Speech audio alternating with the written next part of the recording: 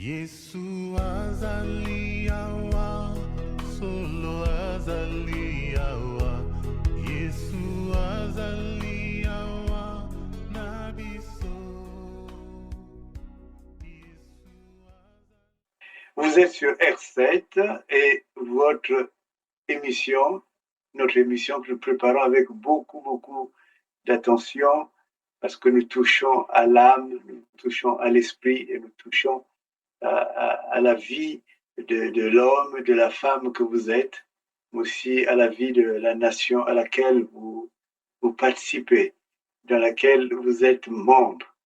Et c'est pour cela que ça nous prend beaucoup de temps, beaucoup de réflexion, mais aussi beaucoup de prières. Alors aujourd'hui, je voudrais voir avec vous un texte qui est important et dont les répercussions dans la vie de tous les jours sont vraiment importantes. Ce texte est dans Genèse 3, verset 23. Et l'Éternel, Dieu, le chassa, c'est-à-dire chassa Adam du jardin d'Éden, pour qu'il cultivât la terre d'où il avait été pris. Verset 24.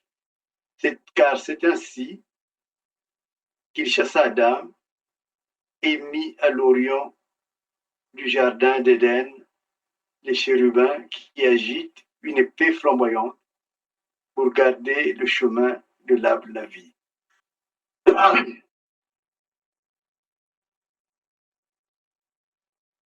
Si vous regardez bien, et je voudrais vraiment appeler votre attention parce que c'est un point nodal, c'est un point clé pour comprendre notre relation avec Dieu, mais notre relation aussi avec nous-mêmes et notre relation avec les autres et les nations dans lesquelles nous sommes. Je suis Larry et vous savez que je n'ai pas honte de le dire parce que c'est important pour moi de savoir où Dieu m'a placé. Comme vous aussi, pour vous aussi, c'est important de savoir où Dieu vous a placé et pourquoi. Alors pourquoi je parle de Larry? Parce que chez les Larry, il y a une expression qui est très importante, Ndoko. Ndoko, c'est la malédiction. Et je voudrais vraiment entrer dans ce problème-là parce que c'est un blocage énorme de beaucoup de personnes sur la Terre. Parce que l'homme naît avec des bénédictions. Rappelez-vous le texte de Jérémie 29, 11, par lequel nous avons commencé. Nous avons dit que Dieu n'a pas le projet de malheur pour nous, mais Dieu a un projet de paix et de bonheur. Et c'est un projet aussi pour nous donner un avenir et une espérance. Espérance que j'entends beaucoup de personnes du Congo démocratique qui l'appellent Elikia. Donc Dieu nous donne autre chose que la malédiction. Le malheur, c'est aussi de la malédiction. Dans Genèse 23, vous regardez bien, juste avant, premier chapitre, Dieu, après avoir créé l'homme, lui donna le jardin qu'il avait créé. Et il met toutes choses à sa disposition. Et je ne veux pas aborder la question de jardin d'Éden comme à la bord d'habitude, et vous avez compris que j'ai dit que le jardin d'Éden n'est pas une sorte de moment mythique. Ça existe en tant que tel. C'est un moment qui a existé. Mais Dieu, dans son intelligence, a fait que notre vie devienne un jardin dans lequel il nous place, dans lequel il nous visite, dans lequel, dans ce jardin, il place toutes les bénédictions qui nous sont nécessaires. Vous êtes créés pour être bénis, mais vous n'êtes bénis. Votre bénédiction ne peut venir que de Dieu. Il ne viendra de nulle part ailleurs.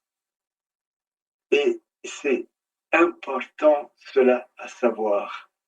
Vous n'êtes pas sur la terre pour être maudit, pour être malheureux, pour que votre vie, je dirais, vous ne la vivez même pas, mais que vous vivez en dehors de votre vie. Parce que toute vie, n'importe qui, même les personnes qui malheureusement perdent l'espoir, toute vie a une chose importante. Toute vie est remplie de bénédictions. Et nous avons compris que ces bénédictions viennent de la culture que nous faisons de notre jardin. Et le fait de cultiver son jardin est de le protéger, de le garder, fait que nous sommes des femmes ou des hommes bénis. Ce point, notez-le, car il est vraiment important. Et voilà que quand on passe du chapitre 1, verset 27, au chapitre 3, verset 23, il y a divorce. L'homme est chassé du jardin. Alors, Dieu met même des anges qui sont là, qui tournent l'épée pour que l'homme ne revienne pas prendre les richesses qui lui étaient pratiquement à disposition. Alors, que s'est-il passé? Et ce qui s'est passé, c'est que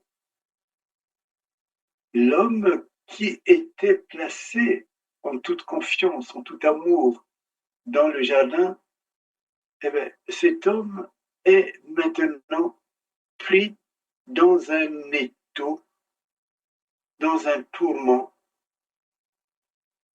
et je dirais dans une vie qui n'est plus la vie de la bénédiction,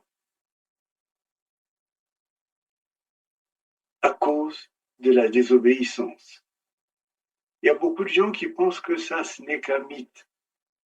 Mais en fait, c'est une relation perturbée qui crée ses conséquences. Et donc, c'est une réalité que nous n'aurons le bonheur que lorsque nous sommes dans le projet de Dieu, dans le projet qu'il avait pour nous. Et ce projet s'est manifesté en nous plaçant dans le jardin d'Éden. Et en nous donnant même la responsabilité de ce jardin.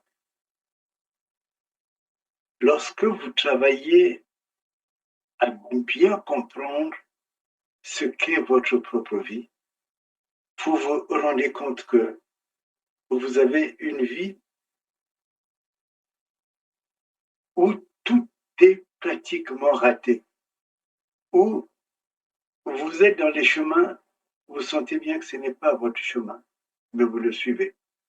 Que vous êtes dans des projets, vous mettez tous les moyens nécessaires et en fait, ces projets n'aboutissent pas. Vous êtes dans une vie où vous mettez tout qui est possible, tout ce qui est possible. Ça peut être dans la vie sentimentale, ça peut être dans la vie familiale, ça peut être aussi dans la vie professionnelle. Vous mettez tout ce qui est nécessaire, mais ça n'aboutit pas. Et ici, en faisant, disons, une exégèse, mais beaucoup plus en termes d'herméneutique, de compréhension du contexte, en fait, on arrive à comprendre que, comme le jardin, le lieu de la bénédiction, il y a des anges qui vous en sortent, qui vous mettent dehors parce que ce lieu est protégé. Alors, vous comprenez que vous pouvez fournir tous les efforts que vous voulez. Vous n'aurez pas les grâces gratuites qui vous étaient données pendant que vous étiez dans le jardin. Parce que là, tout était à votre disposition. La terre que vous cultiviez était une terre qui n'était faite que pour vous. C'est-à-dire que la vie que vous aviez est une vie qui n'était faite que pour vous. Mais lorsque on en est chassé, en fait, on croit cultiver la terre, mais cette terre ne vous donnera que des épines. Votre vie n'aura plus que des épines et vous n'aurez pas la facilité d'entrer dans votre vie. Combien de personnes n'ai-je pas entendu dans la période où j'étais actif dans la vie pastorale en tant que pasteur, on entend beaucoup de choses. Et une des choses importantes que j'ai entendues, et chez beaucoup de gens, ah, pasteur, ma vie est toujours difficile. Là où les autres ne fournissent aucun effort pour réussir, moi, il me faut des efforts et des efforts jusqu'à l'épuisement et parfois, il n'en sort rien. Et ou parfois, si j'arrive, mais alors c'est vraiment par rapport aux efforts fournis, il n'y a pas de comparaison. Et c'est cette vie difficile qui nous invite à nous interroger. Et je crois que c'est une vie où on quitte nous-mêmes la paix et l'espérance que Dieu nous avait donnée. Nous ne sommes plus sous le règne de la grâce, mais nous sommes sous le règne de la difficulté. Et ce qui nous est donné pour vivre, je dirais pratiquement, c'est le minimum. Ce qui nous est donné pour que nous devenions heureux, je dirais, c'est le minimum vital qui est laissé à tout homme. Parce que l'homme est créé par Dieu et le Créateur permet que chacun ait un minimum vital. Mais avec le minimum vital, vous ne pouvez pas vivre. Et pourquoi et comment on arrive à ce minimum vital? On y arrive lorsque on est chassé du jardin, on est chassé de sa propre vie. Et en fait, on entre dans ce que je peux appeler la malédiction. Ndoko. Alors, c'est-à-dire que c'est une vie sans Dieu. Parce que celui qui nous a créés à son image, c'est que pour que nous soyons heureux et vivants, il faut que nous soyons avec Dieu. C'est vraiment la base elle-même. Notre relation avec Dieu nous donne d'être dans le bonheur, nous donne d'être dans la réussite, nous donne d'être dans le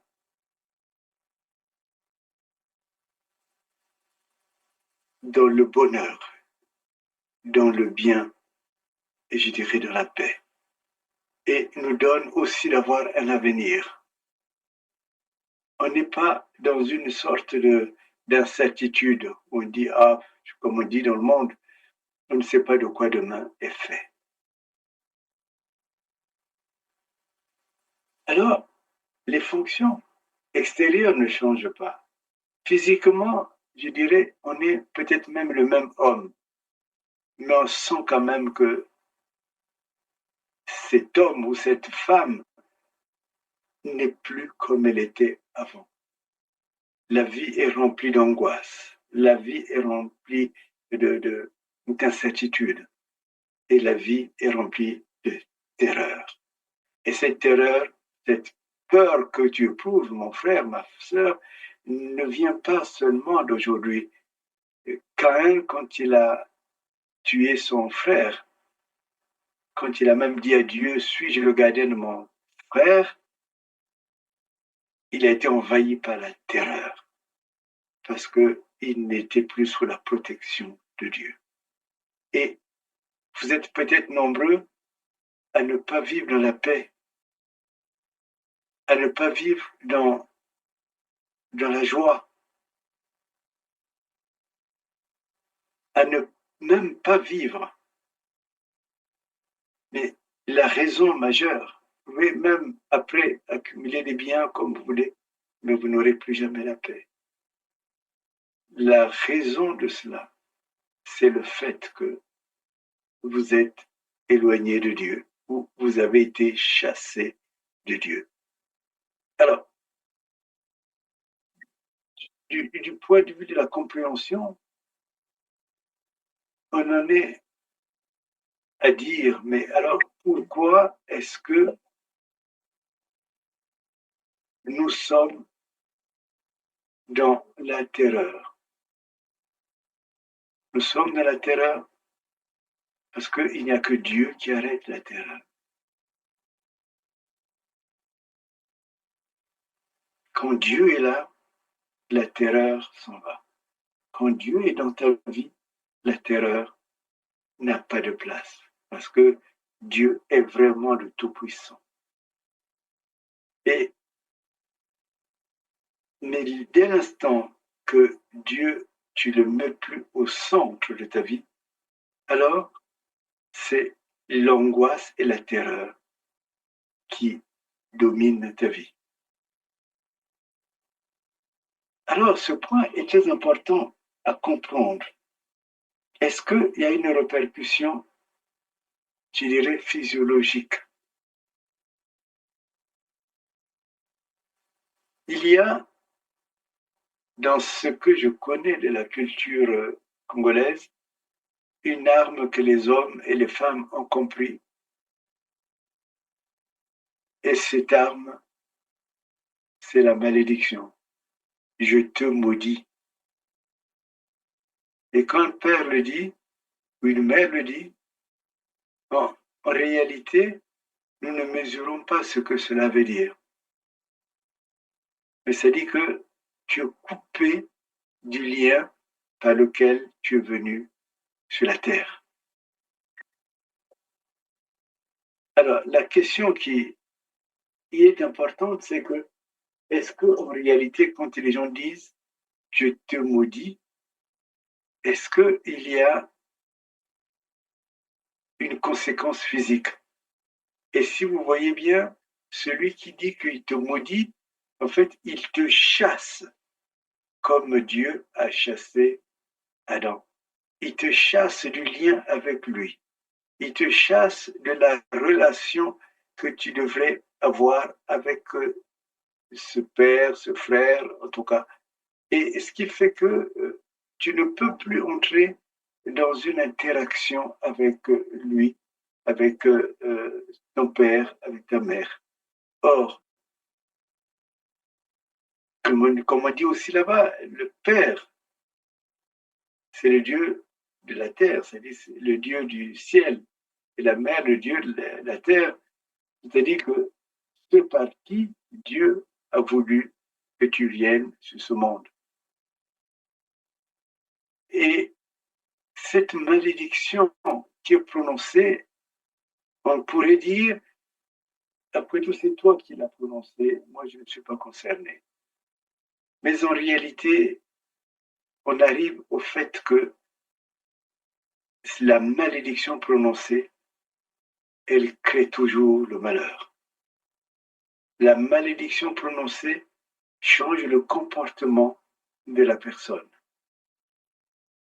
Maintenant, il y a des recherches qui sont faites. Il y a des personnes qui ont qui ont fait des recherches et qui ont constaté que la malédiction atteint ce qu'ils appellent la glande pinéale ou l'épiphyse, qui est une petite glande en doctrine de l'épithalmus du cerveau des vertébrés.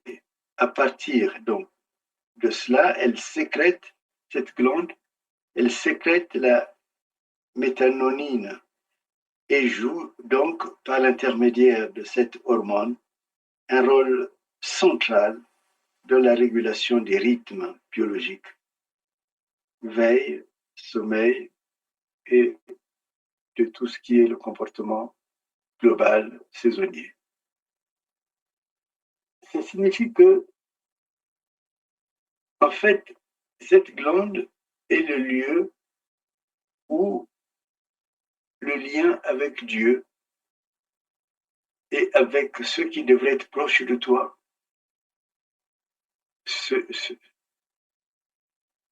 s'opère. On sait que dans Genèse, il est dit une chose, Dieu visitait Adam et Ève. Et le fait que la malédiction intervient, cette glande s'atrophie. Et le fait que la malédiction intervient, le lien continuel qui existait entre toi et les personnes avec lesquelles tu es en relation, entre toi et ton Dieu particulièrement, en fait, cette relation s'atrophie et je dirais pratiquement,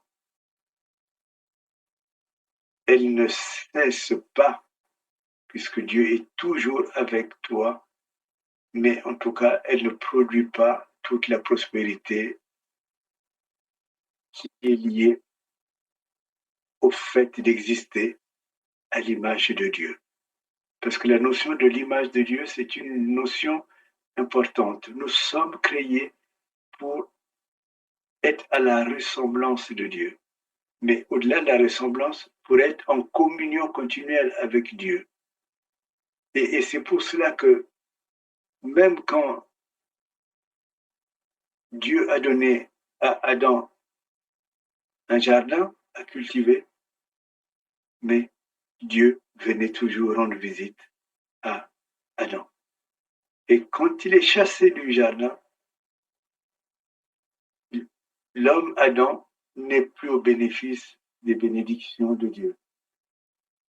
L'homme Adam n'est plus visité par Dieu. Et certainement que beaucoup de gens refusent Dieu. Ces personnes ont des raisons. Mon rôle n'est pas de les juger, je ne suis pas là pour juger, mais c'est de rappeler qu'il y a une source qui existe, comme une source d'eau, une source de bénédiction. Et si la bénédiction n'entre plus dans ta vie, tu ne peux plus vivre comme tu aurais dû vivre. Tu deviens comme un homme qui vit au ralenti. Et si la bénédiction appelle la bénédiction, j'ai envie de dire, la malédiction appelle aussi les malédictions. Et là intervient une notion importante. Quand on dit que Jésus nous a libérés, et dans ma vie, plusieurs fois, je me suis posé cette question, mais il nous a libérés de quoi? Et en fait, il nous a libérés de cette chasse, cette expulsion du jardin de grâce dans lequel Dieu lui-même nous avait placés. Nous a libérés, on dit aussi dans le Nouveau Testament que très souvent, il est important de voir que Jésus nous a libérés de toute malédiction. C'est-à-dire que dans la théologie qui est la mienne, théologie chrétienne, on parle de ceci que pour venir faire que l'homme retrouve la confiance avec Dieu, avec son Créateur, avec son Père, il faut que l'homme soit libéré, que l'homme puisse donner son accord à ce que Jésus, qui a versé son sang sur la croix, vienne dire au Père, voilà, tout est accompli. Cet homme me fait totalement confiance. Tu peux le réintégrer dans le jardin. Cette notion n'est pas seulement une notion, disons, théorique. C'est vraiment une notion ontologique, c'est-à-dire que le fonctionnement intrinsèque de l'homme, l'homme ne vit que dans sa relation avec Dieu. Et vous savez que dans beaucoup de nos, on nous explique pas toujours, mais souvent beaucoup de nos traditions, quand il y a un problème, on verse toujours le sang. Parfois, moi j'ai vu, on a versé du sang des poulets, plutôt des coqs. On a versé du sang du mouton qu'on a égorgé. Donc, la tradition de réconciliation de l'homme malade avec Jésus ou avec le sang, la tradition par le sang, la réconciliation par le sang est une réconciliation est répandue dans le monde entier.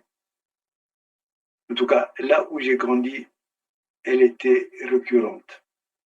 Et donc, c'est important que celui qui a ce sang, que Dieu admet, nous l'admettons aussi dans notre vie. Et celui-là, c'est Jésus-Christ. Quel que soit le problème que tu rencontres, et je crois que les personnes qui sont vraiment maudites, qui sont victimes de malédiction, le sentent eux-mêmes, le voient eux-mêmes. Ils voient qu'il n'y a aucune route qui s'ouvre, il n'y a aucune porte qui s'ouvre.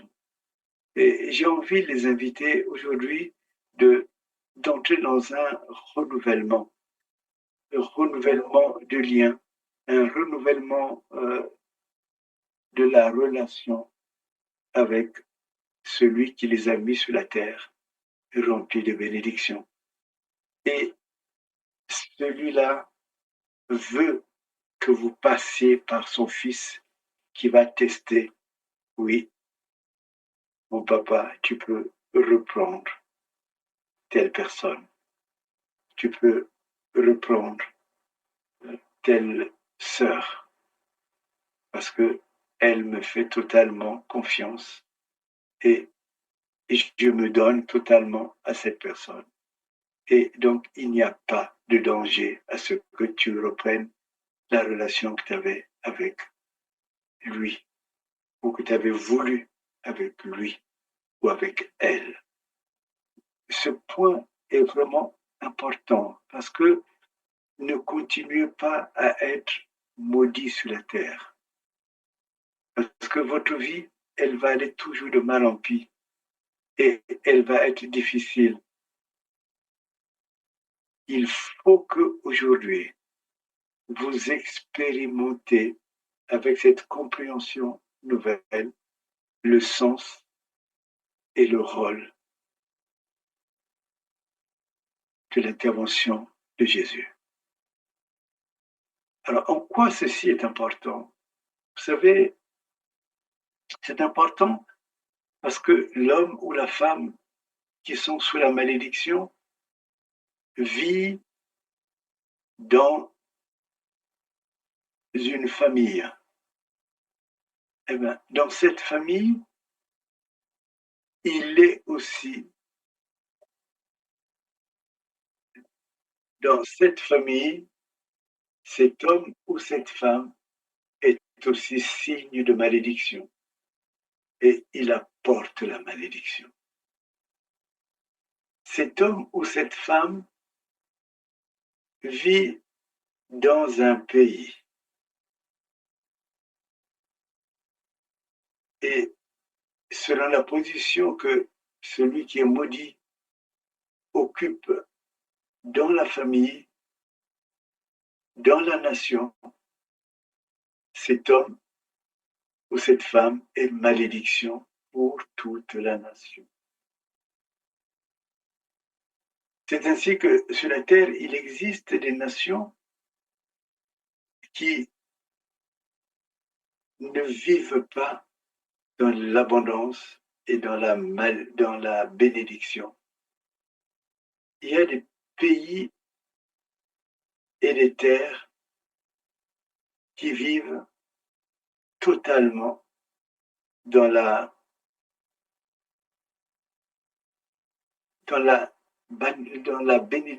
malédiction. Et on voit les changements lorsque quelqu'un qui est maudit prend des positions importantes, c'est-à-dire qu'arrive soit à diriger un pays, soit à diriger une entreprise, et on sent tout de suite que le pays ne fonctionne plus bien, que le pays n'est plus dans la paix, que le pays est toujours de guerre, va de guerre en guerre. Et cela est vraiment important. C'est pour cela que même quel que soit le mode de désignation des chefs des pays, il faudrait toujours, au moins pour ceux qui connaissent ce secret, se mettre devant Dieu pour que Dieu envoie à la tête du pays l'homme, comme on dit, selon son cœur. C'est-à-dire que l'homme qui correspond à la volonté de Dieu. Et cela souvent avec l'enthousiasme ou avec les corruptions, on l'oublie et on est étonné. On est tout simplement étonné de voir que le pays après va mal. On est étonné de voir que la haine devient un mode de gouvernement. On est étonné de voir que même la nature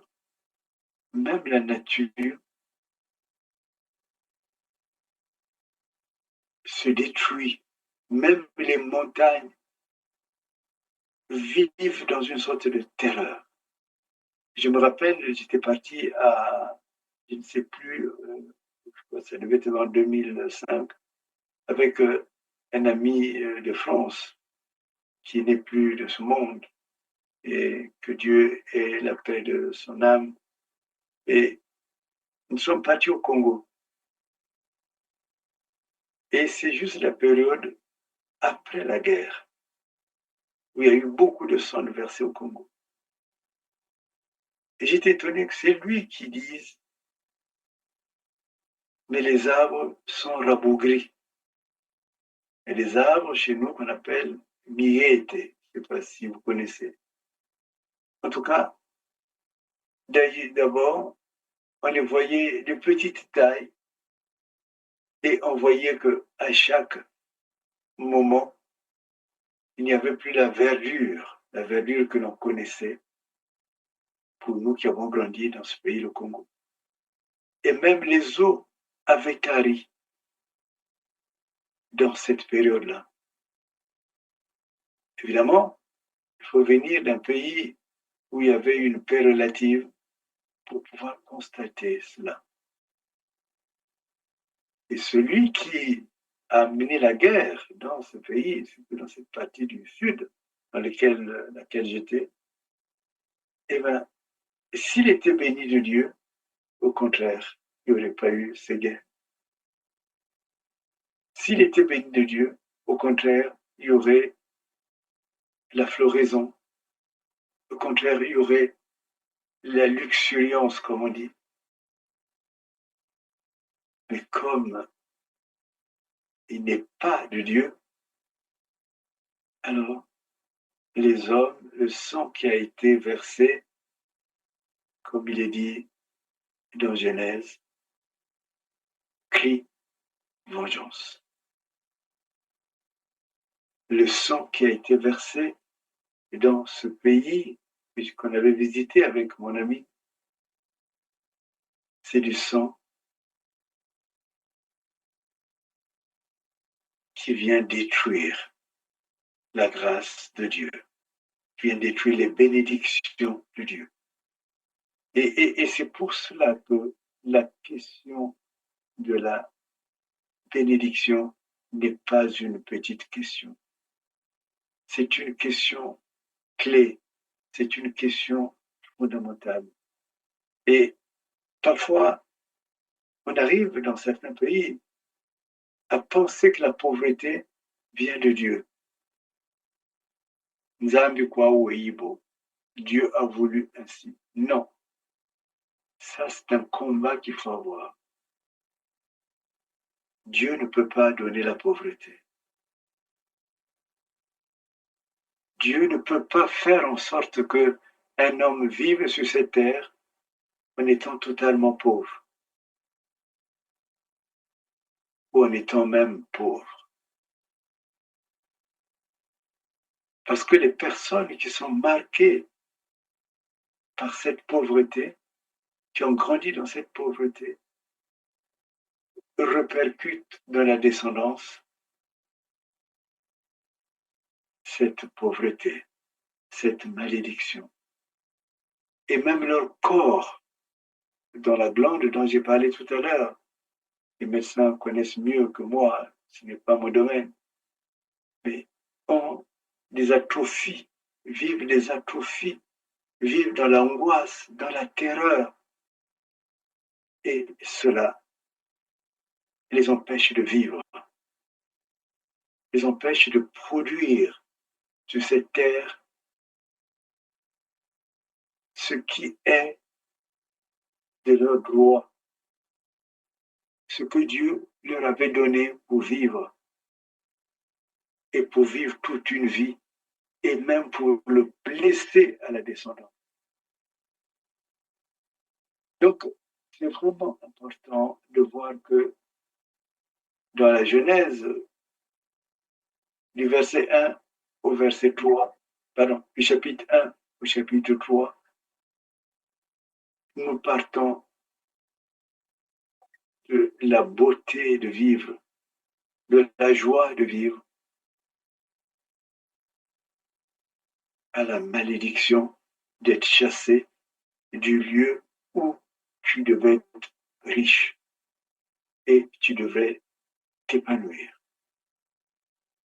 Ceci est important à comprendre. Et alors, c'est tellement important à comprendre qu'il est important aussi d'arriver en se réconciliant avec celui qui est source de toute bénédiction. Il n'y a pas de bénédiction qui arrive au monde sans qu'elle vienne de Dieu. Le reste, l'escroquerie, même spirituellement, même physiquement. Toute bénédiction vient de Dieu. Et donc, pour être heureux, il faut revenir à Dieu. Pour être béni, il faut revenir à Dieu. Il faut reconnaître que Dieu est la source de toute bénédiction. Parce que si Dieu n'est plus la source de toute bénédiction, il n'y aura pas de bénédiction. Et c'est pour cela que dans ces pays souvent remplis de malheurs, où les malheurs, on les voit pratiquement à tous les niveaux, tout disparaît. Tout ce qui devait faire l'avantage à l'homme disparaît. Et cette disparition est tellement grave que même la nature le ressent. Et quand la bénédiction dit, la Bible dit que même les montagnes frappent les mains pour bénir Dieu. Elles frappent les mains. Mais quand Dieu n'est plus le centre de notre vie, eh bien, le corps se rétrécit, la vie se rétrécit. J'avais beaucoup aimé un texte d'un poète congolais qui disait, mais pourquoi la vie grandit là-bas et la vie se rétrécit ici? Je ne me rappelle plus son prénom, son nom, mais c'est un constat. C'est un constat là où on nie Dieu. Beaucoup ont pensé à travers le monde que pour être heureux, il faut s'éloigner de Dieu. Non, pour être heureux, il faut revenir à Dieu. Quels que soient les griefs qu'on peut avoir, souvent, ce n'est pas Dieu qui est le sujet ou la raison de ces griefs, parce que Dieu ne change pas. Dieu n'a pas changé. Dieu, il n'y a que les dieux philosophiques qui changent. Mais Dieu qui t'a créé, il est toujours le Dieu d'amour. Et ce Dieu qui est un Dieu d'amour est toujours et sera toujours là pour te conduire dans le bonheur. Et j'ai envie de te dire, le bonheur te va si bien. Être heureux te va si bien. Être béni te va si bien. Donc, il ne faut pas quitter la position que Dieu t'a donnée. Et c'est pour cela que je voudrais finir cette méditation par une prière toute simple. Cette prière, nous la disons ainsi: Père de toute miséricorde, par Jésus le Christ, ramène-nous dans le jardin, dans la vie que tu nous as donnée. Et bénis-nous et donne-nous un cœur reconnaissant par rapport à ces bénédictions. Et surtout, donne-nous une main qui sait tendre,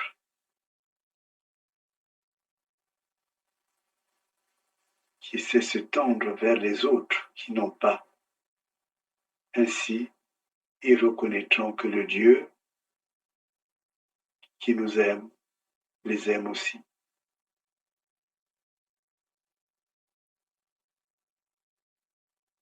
Et surtout, viens et libère notre pays, notre nation, qui n'est devenue que source de crimes et de malédictions. Amen.